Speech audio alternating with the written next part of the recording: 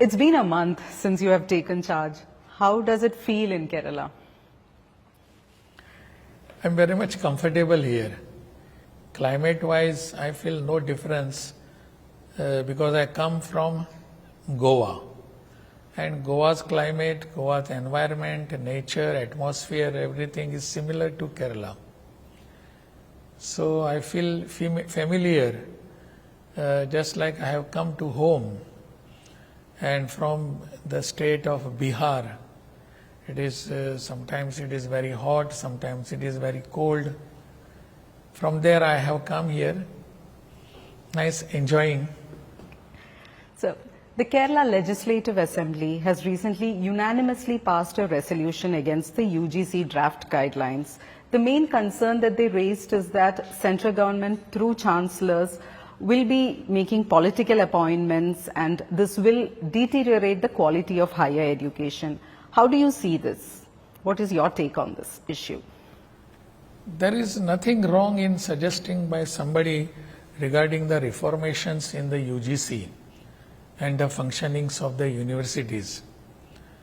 UGC has very rightly put up their views, what they feel. And those who feel that it is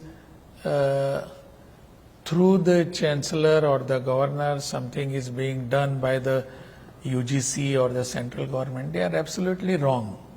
It is not so. Whatever is needed in the interest of the university education or the higher education in the state, that should be done. I am of that opinion. UGC has been telling this for last many years, that some reforms are needed and they will come forth with those reforms. Now they have come with those reforms.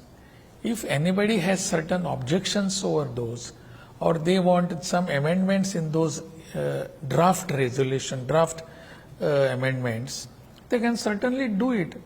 And what is wrong in it? Somebody should do it. And if the Legislative Assembly has come out with such a resolution, I welcome, because they have put forth their ideas, their views, how they want to have the higher education in our state. That is what they have put. And I insist that they should send this resolution to the UGC so that UGC will discuss it and come out with, if at all they feel that there are some amendments are needed, some still reforms are needed, the UGC people will come out with those. That's a nice thing. No, nothing wrong in it. So the opposition parties in the country are claiming that there is an overreach by governors, especially in opposition-ruled states. Central government is trying to further their agenda. What is your response to this? I don't find any substance in this. Opposition, I don't call them opposition, but the other parties, non-ruling parties in many states, they try to create a situation maybe because of their benefits, political benefits. Otherwise, there is no substance. What is that overreaching? What is that overriding their powers? They should come forth with those substances, those powers, particular instances where the governors have done this. The institution of governor is always there to assist the present government in that state. And that has been my position here. I have explained the day I entered the state. And I don't find any substance in such allegations. I don't know why should anybody feel so. So even when you say this, in Kerala in the past, we had certain situations where there was run-in with the governor and the government. When the governor as chancellor go to universities, student unions protesting governor on the street, some ministers not coming for a Christmas celebration or function that has been called on. So there was a situation like this. So how do you see instances like this? Not just in Kerala, in Tamil Nadu also we are seeing these kinds of situations. Such instances should not happen. This is, I don't know what should I call, but this is a confrontation of thoughts and not the process.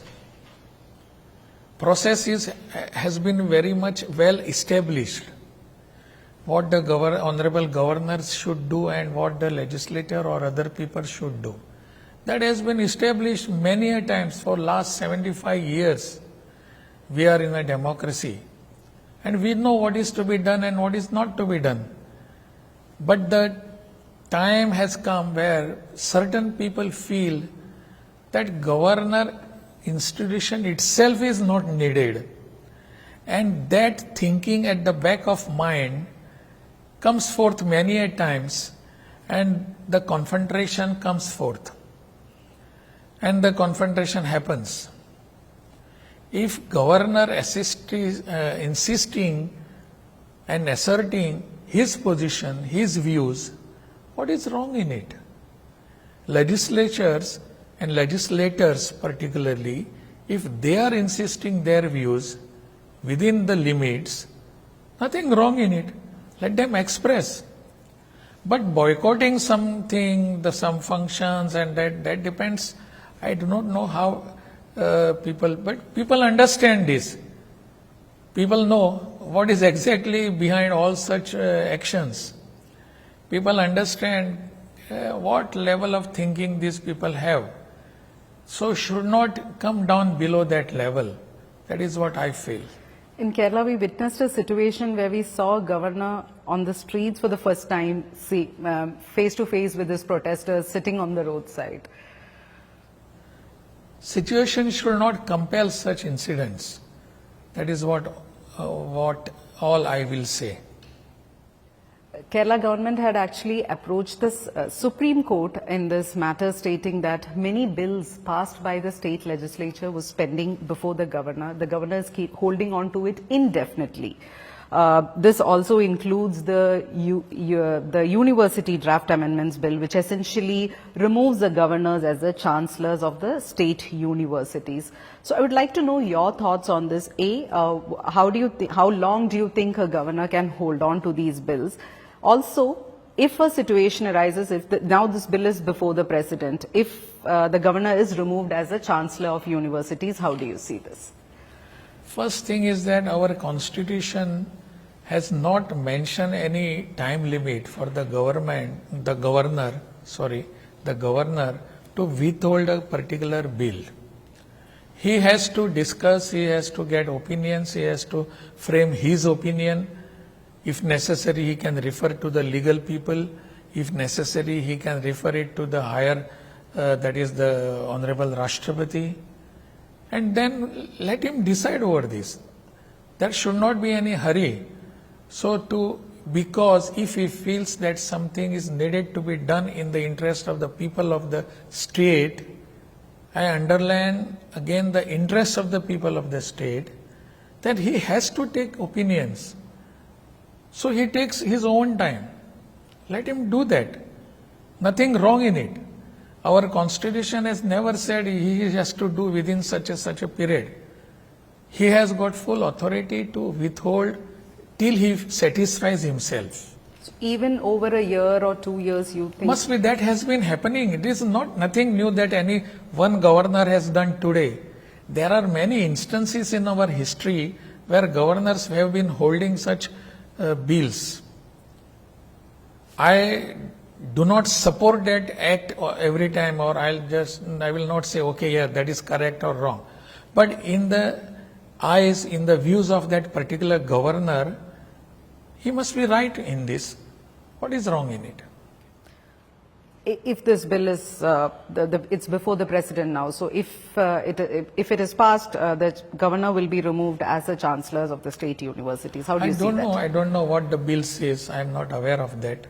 What the bill wanted to say. It is removing a governor from chancellor, and it is, I don't know what people or the people in the government feel or think. They are very challenging the authority of the governor. This authority challenging act should be done away with.